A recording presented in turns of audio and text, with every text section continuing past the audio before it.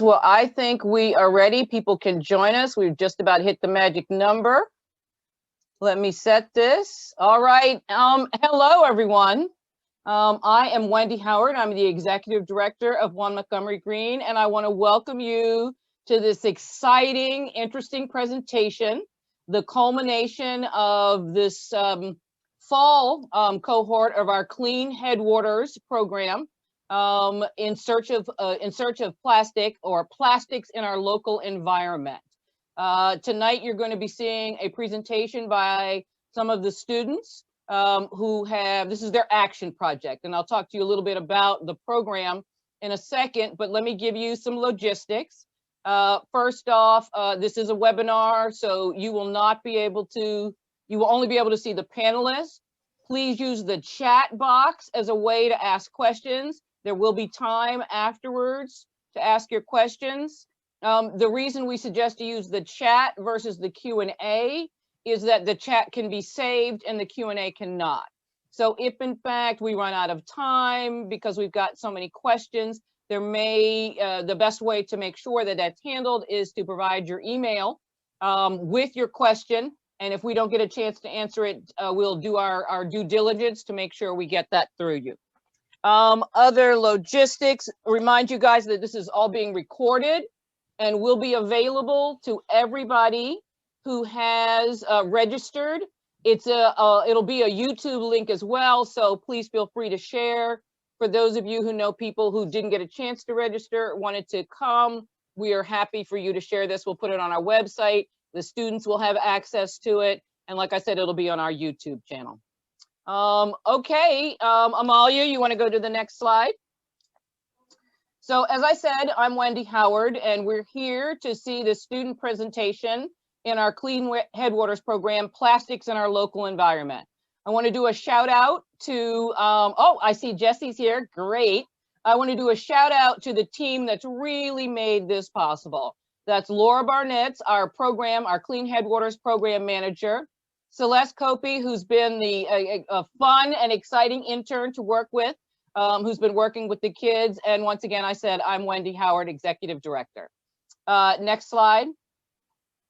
So One Montgomery Green is a nonprofit here in Montgomery County focused on promoting sustainability, and Clean Headwaters is one of our programs. Before we go further, I want to do a shout out and recognize our sponsors, particularly the Chesapeake Bay Trust, our friends Anacostia Riverkeeper, Safe Healthy Playing Fields, and the Downtown Silver Spring Rotary Club.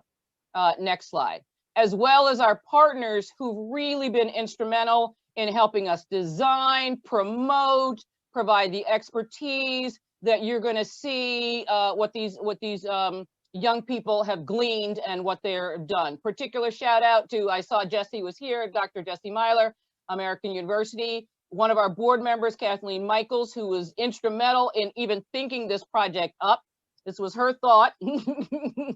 Our friends at Anacostia Riverkeeper, Montgomery Parks, many of the students that are here are from the Leadership Academy at Bethesda Green, Kurt from 4 Mile Run, MCPS, Montgomery County DEP, Montgomery College, who's been exceptionally an exceptional partner for us in doing this. So a shout out to all our sponsors and partners for making this work, even in this crazy time that we're in. And Audubon Naturalist Society. Did I miss? How did I miss Audubon? We got them. See, thank goodness they're there. All right, and of course our friends Diane, Stephen, the whole team at ANS. We've been really, really pleased with their support, their partnership, their expert advice, and I'm excited about what you guys are going to see. Next slide. So this Clean Headwaters program basically focuses on plastic waste in our local environment, its scope, its impact, and what we can do to better manage it. The program is basically 6 sessions that explore this challenge and includes one of, I think, the most exciting components of it is the field study and the lab analysis. But the field study is the most fun, where you go out into the stream. We are lucky that this project has been able to really mobilize environmental experts, community leaders, mentors, a diverse group of high school students that get to carry out some stream monitoring, identify sources of microplastics, the type of microplastics, and hopefully we're going to see a lot of the plans and solutions we have come up with, or they have come up with, to capture and or prevent microplastics from entering the stream. Next slide. The program started with an idea in 2018, and since then more than 150 students, 6 high schools, 1 middle school, I think I counted 3 watersheds, 4 streams, I think is what we've been able to do. Now, in the beginning, before 2020, it was a 6 session that involved really experts from all over the area, giving us some insight into what plastics are doing, what microplastics are, and then a field study using a NOAA protocol for collection, where we are literally out in the stream with a sieve and a metal bucket. Then the students had an opportunity to go up to Montgomery College and do some actual lab analysis. And then, of course, the action projects were all kinds of presentations, from to small groups to youth groups, recycling projects, educational awareness projects. But then, of course, 2020. It changed drastically. In fact, at the beginning of the year, we did have our first session in class with the students, and we talked to them, and we were talking about this weird, oh, we'll be out a week, 2 weeks, you know, it'll happen. Well, okay, here we are a year later, it feels like. But we were lucky, with the support of our partners, to really be able to change this to a virtual program with virtual sessions for the kid. It actually, one of the other benefits is it allowed us to open it up to all MCPS students. Before, we were focused primarily in the Wheaton Silver Spring area, which is kind of our territory, but the ability to make this virtual means that we could bring students in. And this time, the students were able to do their own in-field research. So we gave them, Laura did an awesome video. Laura and Celeste were out in the stream, an instructional video, which you can see as well. That is all on our YouTube. And then the students were able to go out on their own to do their collection. We sent all of that up to Montgomery College, who then did a wonderful guided lab analysis for us.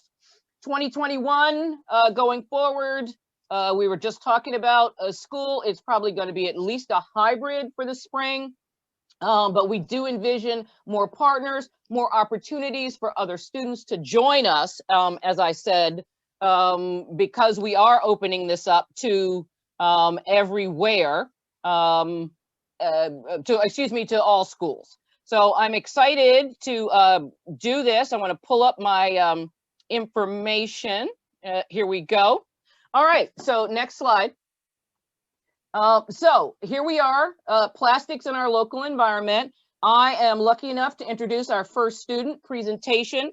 Laura and Celeste and Tia will monitor the rest of this, but I want to introduce to you our first student, and that's Sander Schulman. Oh, sorry, it just went away. Sander is a senior at Walt Whitman High School. He's very interested in the impact of microplastics on our communities and hopes to find ways to prevent them from entering the ecosystem. All right, Sander, it's all you. Thanks, Wendy. I'm happy to be here with Montgomery Green and Clean Headwaters today to discuss plastics in our local environment. I'll begin by talking about the scope of the plastics waste problem, which has reached all across the globe, including in our local environments. So globally, millions of tons of plastic enter the oceans every year, polluting the seas, littering beaches, and endangering wildlife. Plastic particles have been found in soils, in the atmosphere, and even in the most remote regions of Earth, like Antarctica. Microplastics, which are very small pieces of plastic debris, are also eaten by fish and other sea creatures, where they enter the food chain and can be eventually consumed by humans. So in 2019, the production of plastics totaled around 368 million metric tons worldwide, with 57.9 million metric tons of that amount produced in Europe alone. And China is actually one of the largest producers of plastic in the world, and it accounts for more than 1/4 of the global plastic production. And China's plastic exports have grown considerably over the past decade, with an export value of $14.4 billion in 2009, which increased to $48.3 billion by 2019. And as of 2017, approximately 9.2 billion metric tons of plastic have been produced worldwide since 1950. Of this amount, 5 billion tons ended up as waste. And 34 billion metric tons of cumulative plastic waste are predicted to be produced by 2050. And then according to The Economist, computer models actually suggest that the seas hold as many as 51 trillion microplastic particles. And these are the product of larger pieces of, macroplastics breaking apart, and others like microbeads added to face scrubs were designed to be tiny. So then at the local level, on the next slide, plastic pollution is a growing problem in Montgomery County. Most of the plastic pollution generated in the county flows into the Chesapeake Bay, or can be consumed by marine life. According to the National Aquarium in Baltimore, mammals such as the bottlenose dolphin, harp and harbor seals, humpback whales, and even Florida manatees have been found in the bay. Plastic material from prescription bottles, balloons, and even fishing equipment have been discovered in the stomachs and intestines of marine life washed up on Maryland shores. While plastic pollution is very common along these bay shorelines, there's still a lot of inadequate research detailing its distribution. We definitely need more of that going forward. And then so recently, COVID-19 and with residents staying at home has led to an increase in plastic waste.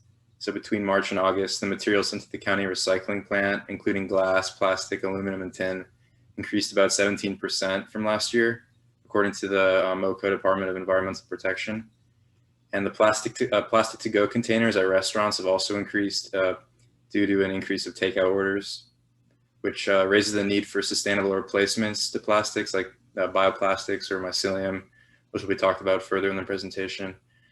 And then in an effort to reduce waste, MoCo has actually also passed a few bills that would ban certain unrecyclable plastics and removing them from the waste stream altogether. But we'll talk about that too further in the presentation. So then now we're going to go to Paula, who is also a student at Walt Whitman High School and an environmental leader at Bethesda Green. She believes that it is everyone's responsibility to protect and conserve the environment and is trying to do her part as well.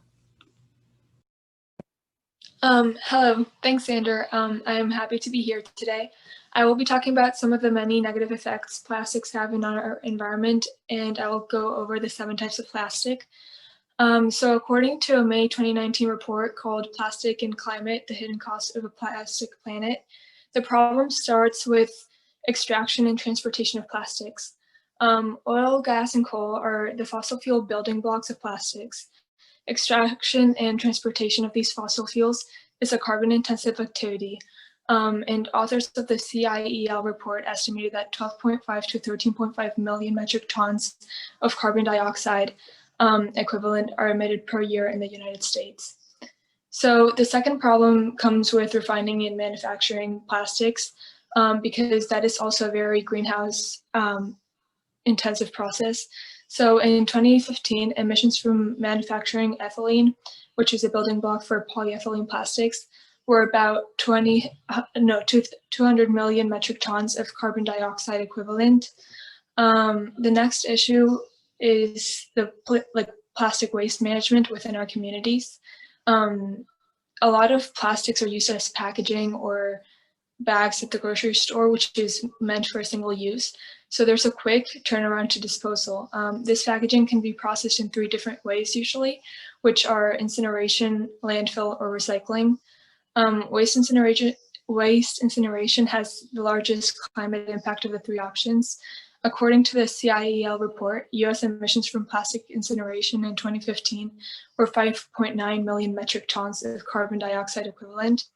Burning waste can also release thousands of pollutants. Incinerator workers and people living near facilities are particularly at risk to exposures. Lastly, landfilling while it has a much lower climate impact than incineration, it's still very dangerous for the environment because plastic buried deep in landfills can reach harmful chemicals that spread into groundwater. Plastics can also break down into smaller pieces called microplastics through biodegradation or exposure to sun, heat, or water. And when they're broken down, many plastics in landfills are blown away and may enter streams and rivers because they're so lightweight. When plastics reach waterways, toxic chemicals combine to microplastics and create poison pills that aquatic animals eat. And plastics also harm animals through entanglement and ingestion at all levels of the food chain. So now I'll go and explain what the 7 types of plastic are. So the first one is polyethylene terephthalate, also known as PET. And it's one of the most commonly recycled plastics and also one of the most commonly used ones. This includes water bottles or just typical bottles. So they, while they're usually recyclable, it's important to remember that the caps should be taken off because most times they're not recycled.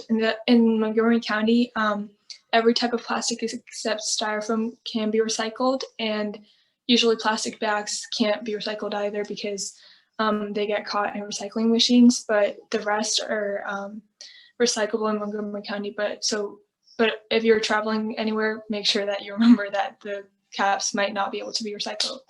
So the second one is high density polyethylene, which is like gallon jugs or something like that.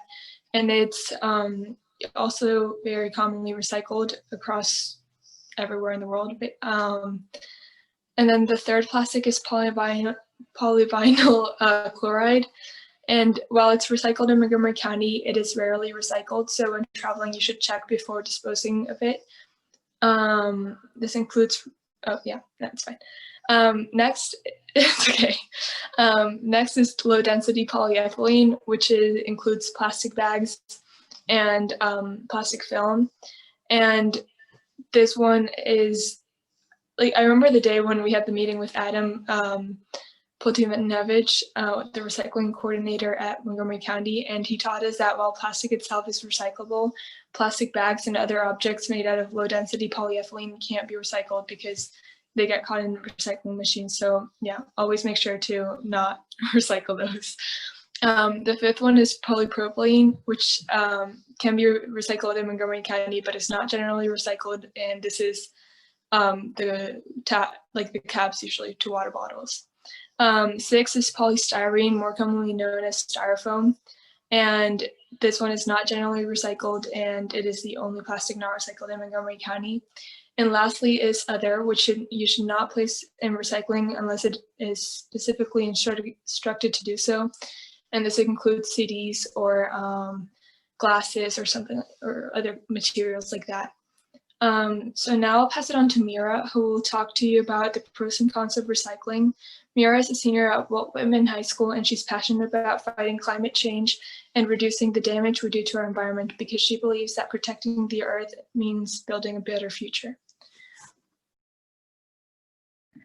Thank you, Paula. So in this section, I'm going to be focusing on general recycling. So these parts, like these pros and cons of recycling, apply both nationally and locally. So I'm going to try and answer the question about whether recycling is the solution to our plastic problem. Paula sort of mentioned like incinerating and landfills, but those have a really negative environmental impact. Recycling is sometimes looked towards as a solution, but it's really not, although it does help reduce the impact of plastic on our planet. So some general pros. Recycling limits landfill waste by diverting plastic that would otherwise go into the landfill. Plastic can be made into new plastic items, so this reduces the amount of new plastic that needs to be made. And the process of making new plastics is very energy intensive. So by reducing the amount of new plastic that needs to be generated to be made into new items, there are significant energy savings. On the other hand, for the cons, so recycled plastic needs to be bought by somebody or taken by somebody to be made into this new recycled plastic item. And the value currently of recycled plastic is fairly low. However, actually in Montgomery County, because the plastic recycled plastic is fairly clean. It has a relatively high value, but it's still fairly low. The process of recycling also makes volatile organic compounds, which have negative health and environmental effects. There's also energy that's required to transport, sort, clean, etc. The recycled plastic, so there still is an energy required. There's also a danger of plastic resin and chemicals leaching into food containers, and this risk increases the more often the more times that the plastic has been recycled. There's also the concept of downcycling, which is where recycled plastic cannot be made into an item that was as useful as it originally was. And so eventually that item just ends up in the trash because it ends up turning into a type of plastic that can't be recycled again. So instead of keeping it in a perpetual loop, it has to end up in the landfill or trash. Also, recycling creates low quality and low pay jobs. Next slide, thank you. So specifically in Montgomery County, a pro is that residents and businesses recycled approximately 57% of municipal solid waste in Montgomery County in 2018. There is like a lot of, I guess, enthusiasm for recycling in Montgomery County, and people are interested in doing that. However, less than 1% of that was plastic. So another pro is that Montgomery County manages their recycling facility internally, as in like Montgomery County government sort of manages it rather than completely sending it off to a private company. So this allows more control and Montgomery County to look out for its own interests rather than a private company. Also, as I mentioned earlier, Montgomery County has a high quality recyclable. I mentioned that it was especially clean. That's because of dual stream recycling, which is where residents sort their recycling into paper and plastic. There's also mandatory recycling and enforcement capabilities. This means that if you don't recycle, Montgomery County can potentially enforce some sort of penalty onto you. However, for the cons, because the Montgomery County plant is managed internally, accepting additional materials is a slower process because Montgomery County has to like manage that themselves. And also the Montgomery County requires mandatory recycling. However, trash service is not provided by Montgomery County everywhere in the county. So that is limited. So the next presenter is Emily. She is also a senior at Walden High School. She's particularly interested in the impact of anthropogenic activity on the world's ecosystems and organisms. Thanks, Mira. So as Mira has previously pointed out, recycling is not an end-all be-all solution to the issue of plastic pollution, because plastics will like every single plastic that gets created will eventually still end up either incinerated in the landfill or thrown into the environment as pollution. And so the best solution for plastic pollution is just not to use any plastics at all. However, this isn't really realistic because plastics still have a place in our daily lives and are still really important. After like the invention of plastics, plastics have become really important in many crucial industries such as medicine and sanitation, as well as in food safety. So it's basically practically impossible for us to completely get rid of plastics at this stage. So instead, it's better for us to focus on using plastic alternatives in things that we can cut out, such as in single-use plastics. And the first type of plastic alternative that I want to talk about is bioplastics, more specifically, a type of bioplastic called polylactic acid, which is a type of plastic that's made from fermented plant starch, usually corn. And this sort of plastic usually replaces plastic utensils such as food packaging, cups, containers, etc. You can see an example of a common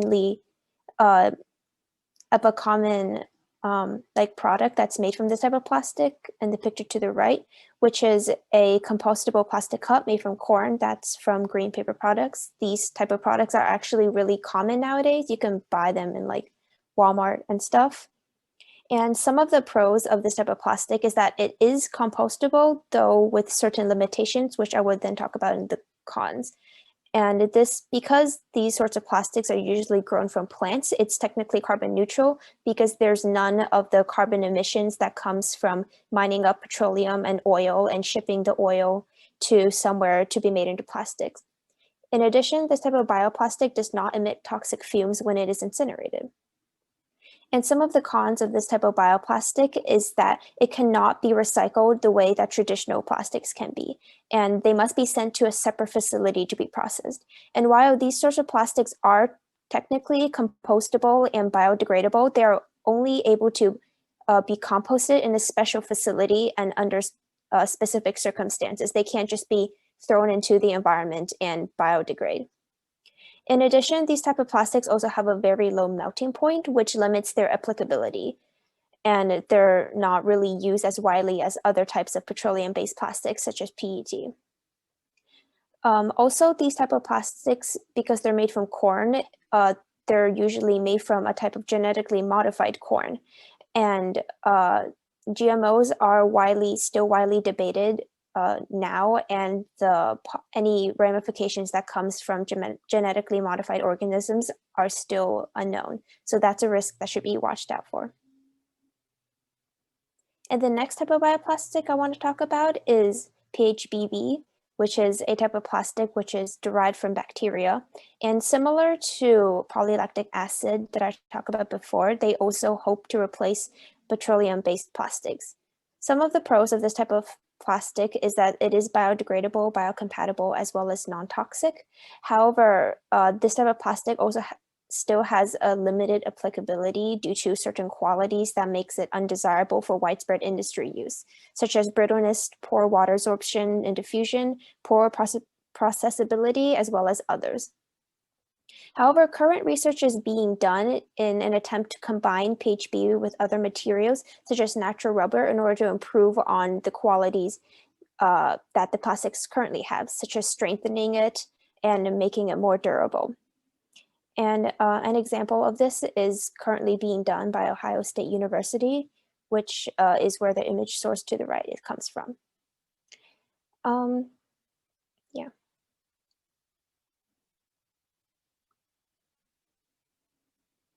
Okay, and the last plastic alternative that I want to talk about is mycelium, which is the vegetative body of mushrooms. So mushrooms are usually split into two parts. There's the fruit of the mushroom that's usually above ground, and mycelium is the body of the mushroom or the fungi, and that's located underground. And mycelium can be grown, shaped, and solidified into any sort of desired shape that you want using a mold. And currently, mycelium is being used to replace styrofoam and packaging, which is really important because, as my presenters have previously stated, styrofoam is a type of plastic that cannot be recycled in Montgomery County. And an example of a company that is currently using mycelium to replace styrofoam packaging is Evocative Design. You can see an example in the bottom right corner. In addition, mycelium is currently being tested to be used in construction, such as in insulation and furniture and things like that. And an example of a structure that is made out of mycelium is the Growing Pavilion, which is created during a Dutch Design Week project. And the panels of the building that you can see in the top right corner is actually grown out of mycelium, so it's organic. And Critical Concrete is another company that's currently experimenting in using mycelium as insulation. Some of the pros of mycelium is that it is biodegradable, renewable, as well as non-toxic because it's made from mushrooms. In addition, this type of plastic alternative is versatile, it's really lightweight, as well as it's easy to produce. In fact, this type of packaging or plastic alternative is really accessible to private companies and small businesses because you can just buy like a kit and grow the mycelium yourself at home. So it can really be used on a wide scale that way. In addition, mycelium is also waterproof, fire resistant, as well as insulating. In fact, mycelium is more insulating than fiberglass insulation. So it can be widely implemented in the future, hopefully in insulation and construction. However, some of the cons of mycelium is that it does break apart easily when exposed to harsh weather conditions, and it does tend to decompose if it's exposed or like touching the ground, because it is made out of mushrooms and it is biodegradable. So there are some limits to its application, especially in construction as of now. And next, I want to introduce the next presenter, who is Amalia Villegas Vega. She is a senior at St. John's College High School and is passionate about protecting the environment, particularly wildlife and local waterways. Hi, thanks, Emily. Sorry. So as we know, there are many different ways to battle our plastic problem. But as we've seen with past environmental issues, it typically takes some systemic action in order to drastically improve the situation. So I will be presenting some systemic actions that have already been taken or have been proposed. So I'm going to be starting with some more wide-scale systemic actions. The first one was a ban proposed in the European Union of a certain type of plastic, and that ban would include 90% of microplastic pollutants in the European Union. So it was proposed by the European Chemicals Agency in January 2019, and it would affect cosmetics, detergents, paints, polish, and coatings, as well as the construction, agriculture, and fossil fuel sectors. As of right now, there haven't been many new updates about this ban, but I'm really hoping that we'll see either this ban progress or similar bans in the future. And then the most widespread systemic action against microplastics here in the US was the Microbead-Free Waters Act of 2015, which prohibits the manufacturing, packaging, and distribution of rinse-off cosmetics containing microbeads. So microbeads, as Sander mentioned earlier, they're typically used in face wash. Here at the bottom right, you can see a picture of microbeads within a toothpaste container. So this act also applies to non-prescription cosmetics and drugs, which would include the toothpaste. And then the picture above that is a bunch of microplastics, which are primarily microbeads.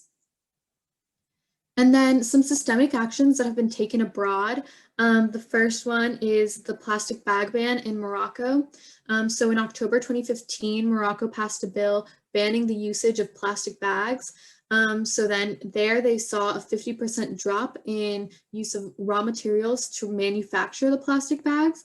So as you can see, the plastic production, which is also an environmental issue, was lessened significantly. And then in 2019, there was an amendment to the bill that would help enforce it and hopefully continue to drive progress. And then another example was a ban on single-use plastic in Mexico City. So in January 2020, they banned plastic bags, and then January 2021, they hope to extend the ban to all single-use plastics. And then finally, systemic actions locally. So Montgomery County recently passed a bill banning plastic straws, and it is to take effect in May 2021.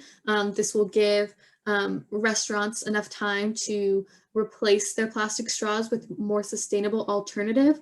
But luckily, the bill also protects people with disabilities from having to disclose any medical information with restaurant employees.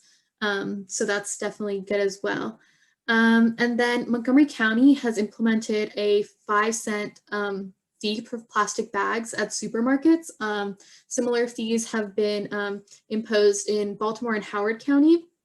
And so this is definitely significant because I remember when the fee first went into place, there was a huge push for, bringing your own bag to the supermarket or, selling reusable bags as well instead of the plastic bags. So it definitely kind of changed the culture around going to the supermarket, because you're no longer kind of expecting to use as much plastic and you come prepared beforehand.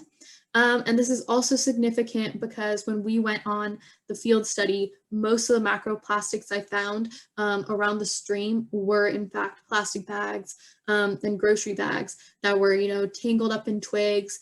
And obviously this is very harmful to the environment. I would also like to note many supermarkets have recycling bins for plastic bags.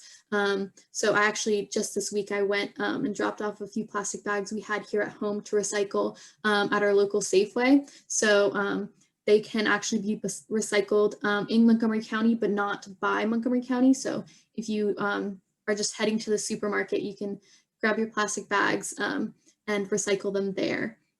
And then finally, Maryland has become the first state in the US to ban foam containers. So this includes polystyrene and styrofoam and their food containers. So this would be restaurants or schools. And if not, they would have to face a fine of $250. And then this is also big progress because polystyrene or styrofoam cannot be recycled in Montgomery County. And it is contaminating the environment a lot. So obviously there have been plenty of actions locally and then wide scale nationally and internationally and abroad to help reduce plastics and eventually microplastics. And so I would like to introduce our final speaker, Anthony Lombardo, who is a senior at Walt Whitman High School. He has always had a passion for the environment and is working as an intern at Bethesda Green to help promote a sustainable and clean future. Thanks, Amalia. I'll be discussing the actions you can take in order to help decrease the amount of plastic that gets into the environment. There are many ways in which you can take action to help limit the amount of plastics that enter our waterways. One of the most interactive ways is participating in river cleanups through local organizations such as Rock Creek Conservancy, Anacostia River Keepers, Potomac Conservancy, and more. Another simple but largely forgotten action is to recycle correctly and according to county guidelines. There are many different types of plastics and some of them cannot be recycled. Some of these plastics include, but are not limited to, plastic bags, styrofoam, bubble wrap, and plastic wrappers. Recycling the wrong materials can lead to a plethora of issues such as decreased efficiency, damaged equipment in recycling facilities, and contaminated recycled material. Something else you can do is to stop using single-use plastics and replace them with reusable products. These lightweight and harmful plastics include straws, water bottles, and styrofoam packaging, and are some of the most common forms of plastic pollutants. Single-use plastics are commonly mistaken by animals as food, which is leading to the unnecessary deaths of about 1 million fish every year. Single-use plastics can be replaced and forced out of production if we all make the switch to reusable products. Another thing is to reach out to local leaders and advocate for more bans on harmful plastics. Plastic bans have had some of the largest impacts on our use of plastic. For example, the California plastic ban actually reduced plastic bag consumption by a whopping 71.5%. And there are also a few online petitions that can be signed to help enact these bans. The next thing you can do is to support organizations that are working towards zero waste goals. This is one of the easiest ways in which you can help. Make a donation or engage with organizations such as ourselves to help us foster a cleaner and more sustainable future. And finally, spread the word to family and friends. It's a fairly simple idea. The more people taking action, the greater the impact. So now Emily is going to talk a little bit about our sources of information. Yeah, so these are just the sources of information that we used in order to put together these slides. And if anyone wants to learn more about these topics, you can just email us and then we'll be happy to share them with you. And they are a really good source of information, a good starting point for anyone who wants to learn more about the impact of plastics and plastic pollution.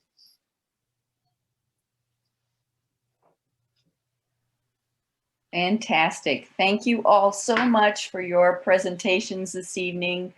I know that I'm speaking for everyone listening tonight. You guys have put together a whole lot of information for us, and you worked very hard on this, and we're very proud of you. Tia, if you have any questions in the chat, you can tee those up. But to start out with, I wanted to ask all of you student presenters, if you had ever learned anything or very much about plastics waste in your schoolwork, because I had the pleasure of working with you in an after-school independent study program. But did you have any opportunity to learn about this within your regular school sessions?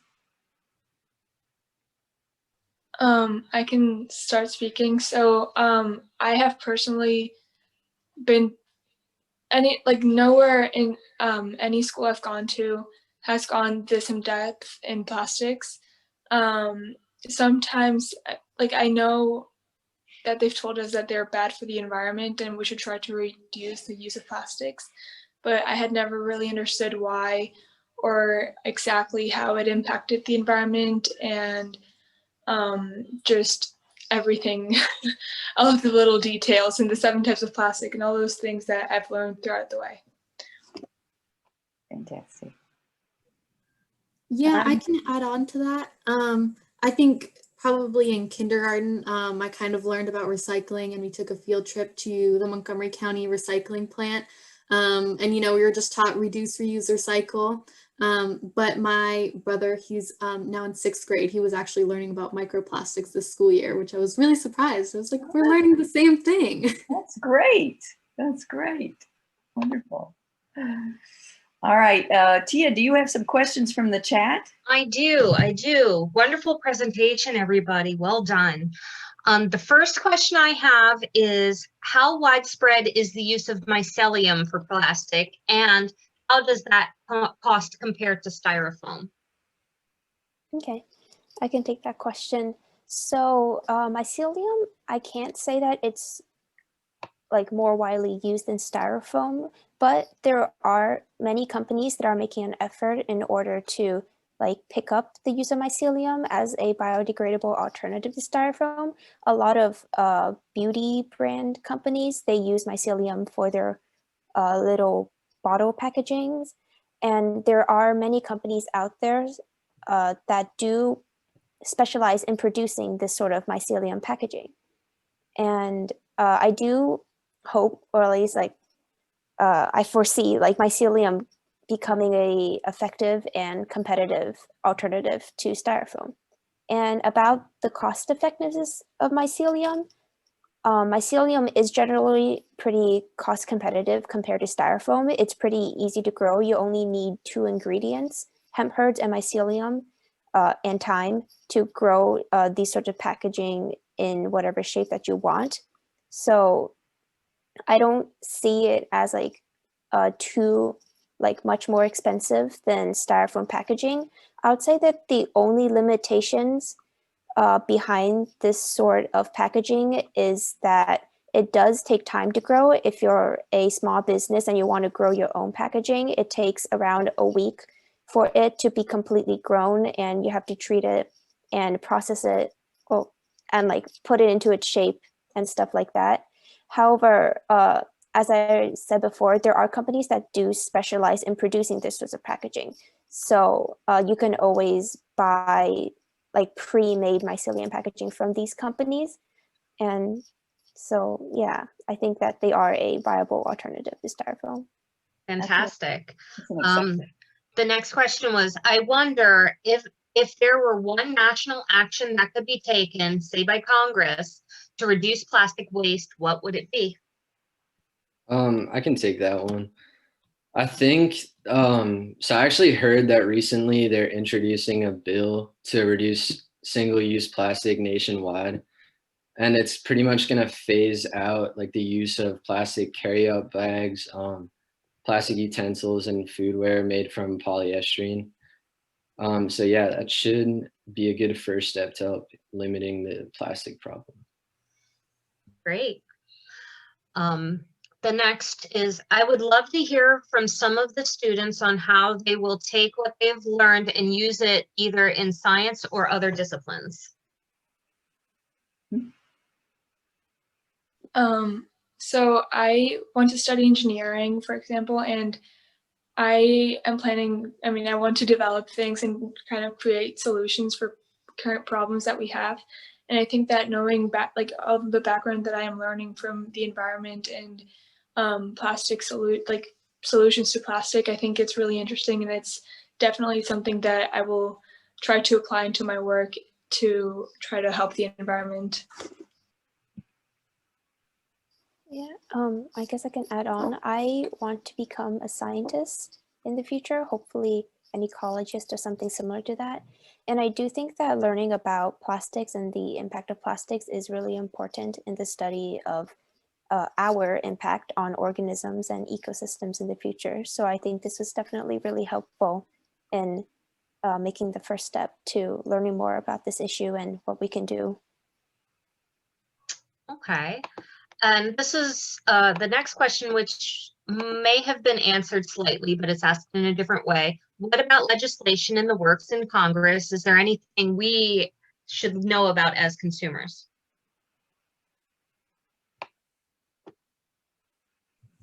So I don't think at the moment there's anything big in particular, but I would kind of start preparing for, plastic straw bans, because, Maryland is just starting the plastic straw ban. DC has already implemented one.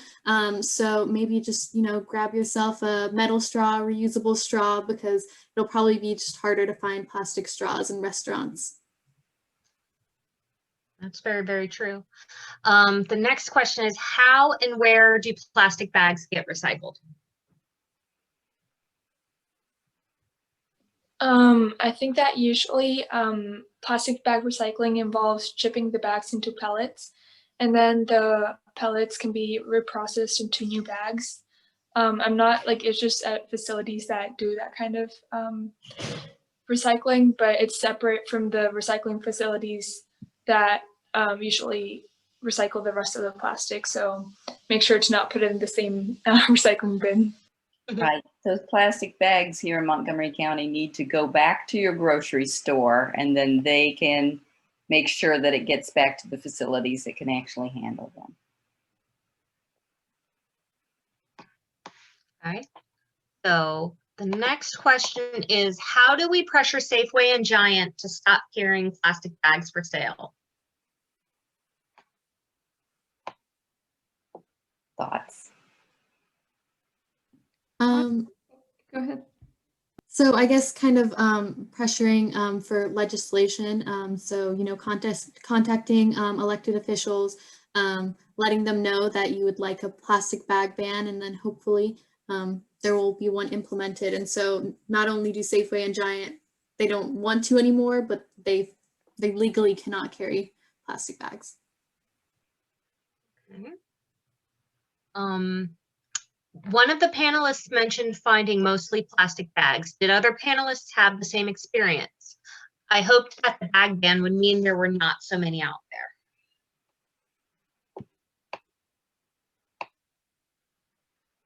Unfortunately, yes, it was full of plastic. Like the main plastic that I found in the stream cleanup were plastic bags tangled in the trees and little branches and on the actual street. So yeah, unfortunately, yes. Was that the same across the board for all of you? Yes, I also saw a lot of plastic bags, and also like candy wrappers, just a lot of, stuff like packaging and stuff like that. A big one. Okay.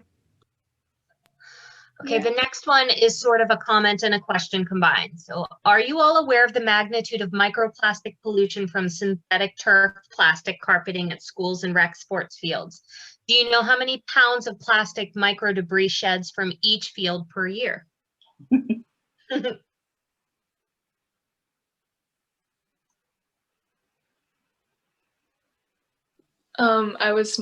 I'm not aware of those statistics. I don't know the answer to that. but I'll look more into it and try to see what I can find. I can bet that that question came from our friends at Safe and Healthy Playing Fields, and it definitely is an issue here in Montgomery County. And I'm sure that Kathleen and others would be glad to share those statistics with us. Yeah, and I think that just as an addition, I think that this is a topic that could be really interesting to look into, because I know that Walt Whitman has in recent years switched to an artificial turf. So there are like environmental concerns with that change. Okay. So the next one is, I would love to hear more about the findings from the field study. In addition to the plastic bags being the most common macroplastic, what were the most common microplastics? I believe that like small like threads, like fiber threads from potentially clothing that are made of plastic were the most common type of plastic that was found. Okay. There's a second part to this question too. It's did you find any patterns in terms of liking particular types of plastic with specific pollution sources or activities in Montgomery County?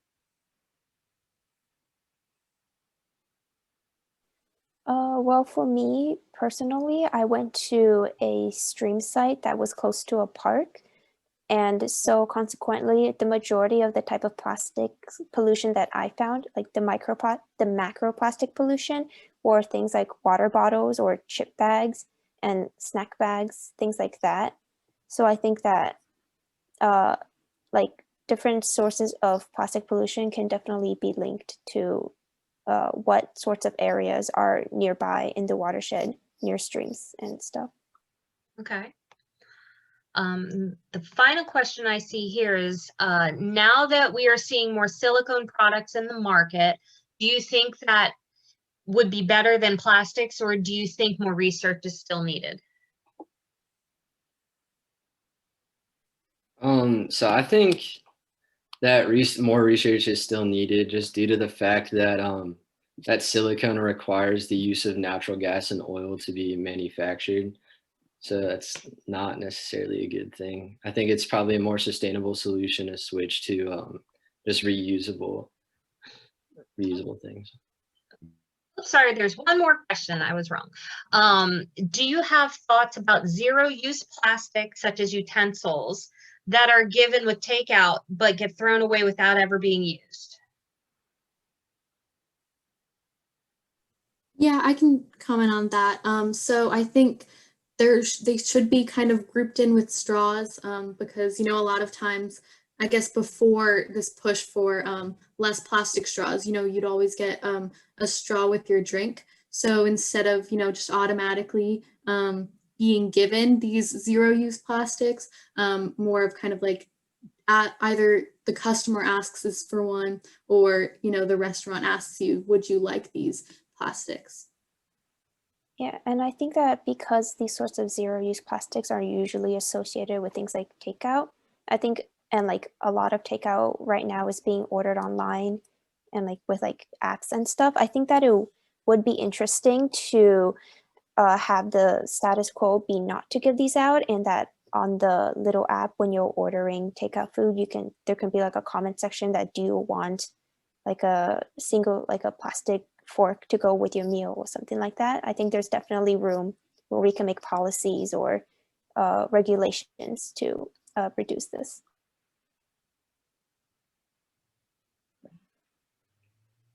Any more questions on your end, Tia? Let me look one more time. Oh, here's one more. Are there any technical solutions to preventing microplastic fibers from clothing getting in waterways? I love my stretchy yoga pants.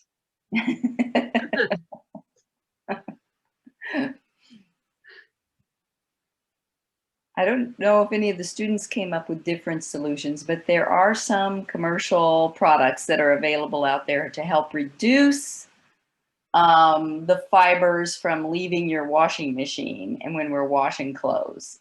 Guppy bags and various other kind of filters that can be applied to machinery I'm not sure if any of you guys had come across that, but when we did our lab analysis, looking at our samples from the field study, fibers, as Mira said, fibers were the thing. So we know that we are losing a lot of plastics through our clothing. And here's one final question, and I think this is probably the best one to end on. If you could give just one take-home message or call to action to the public, what would it be? I'd say that just take action, like do what you can, because even though it might seem small, like any change is good, and there's like an enormous amount of plastic in the world, unfortunately, but anything that we can reduce and get out of like the oceans and anywhere in our world, it's great. So just try to avoid it as much as you can, and yeah, just Anyone else? I mean, I guess just to stop using single-use plastics altogether and to encourage others to do the same. I think that'd probably be it. Yeah, I think that like reducing the types of plastics, like single-use plastics that you don't necessarily need in your everyday life is the way to start. As we saw with the movement to stop using plastic bags and instead bring your own bags to when you go shopping. I know that my family does that. We bring our own bags when we go shopping, and we don't use plastic bags too much. And like when we do get plastic bags, we try to reuse them. And like as we saw with those type of movements, like just by doing your own part, you can set an example for other people in your community, and it can spark like widespread community change. And I think that it's like not like less important to focus on how you're just one person in a big world, and just like try and focus on doing what you can when you can. Thank you. Thanks everybody for your thoughts and your presentation. And thank you participants for your questions. We really appreciated that. It's been a pleasure to work with these students this year. We've really enjoyed it this fall. We're looking forward to launching our program again in the spring, probably around mid-March. And as Wendy said in the beginning, this is definitely going to be a hybrid online independent field study, hands-on as much as we can do, depending on our health and safety situation by the time we get a little further down into the semester. But we will have this opportunity open to all Montgomery County students, at least for the online part. So I would very much encourage everyone to consider, if they have a student, they are a student, and they're interested in learning more about how to manage plastics waste and the impact on our environment, to join us this spring. Wendy, I know you're back. Do you have any final words for us this evening? Well, of course, just to say that this was awesome. I mean, just impressive. Once again, if I learned something new, you know, I feel like I've accomplished it all. Just to tell you guys, I will make sure that a lot of this good information that's in the chat will also be available as we send out the links to this presentation. I want to thank all of the partners who joined us tonight.